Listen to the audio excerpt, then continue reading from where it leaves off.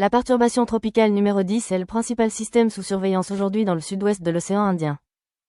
Abonnez-vous pour suivre son évolution en temps réel, alors que nous entrons dans une phase critique de son développement. Le système montre actuellement des signes d'une meilleure organisation et, s'il atteint l'intensité d'une tempête tropicale modérée, il sera nommé Ghezani. Les dernières simulations ont connu un changement soudain et notable.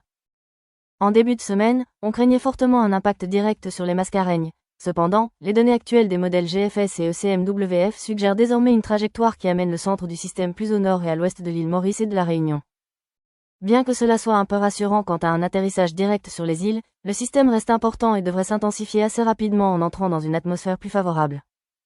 Malgré le passage probable du centre du système à distance, les îles ne sont pas totalement à l'abri. Nous prévoyons des impacts périphériques dès ce week-end. L'île Maurice et la Réunion pourraient connaître une augmentation significative des averses, accompagnées de vents violents et d'une forte houle.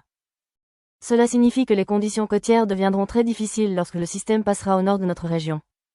Le point le plus préoccupant de cette mise à jour concerne Madagascar. La perturbation numéro 10 se dirige droit vers l'île en début de semaine prochaine. Comme elle se déplace au-dessus d'eau chaude et libre de glace, elle pourrait se renforcer et devenir un puissant cyclone avant de toucher terre. Ceci représente un risque majeur d'inondation pour une région déjà vulnérable aux fortes pluies. Abonnez-vous pour recevoir des mises à jour quotidiennes. Nous suivons l'évolution de ce système près des Mascareignes et sa dangereuse trajectoire vers Madagascar.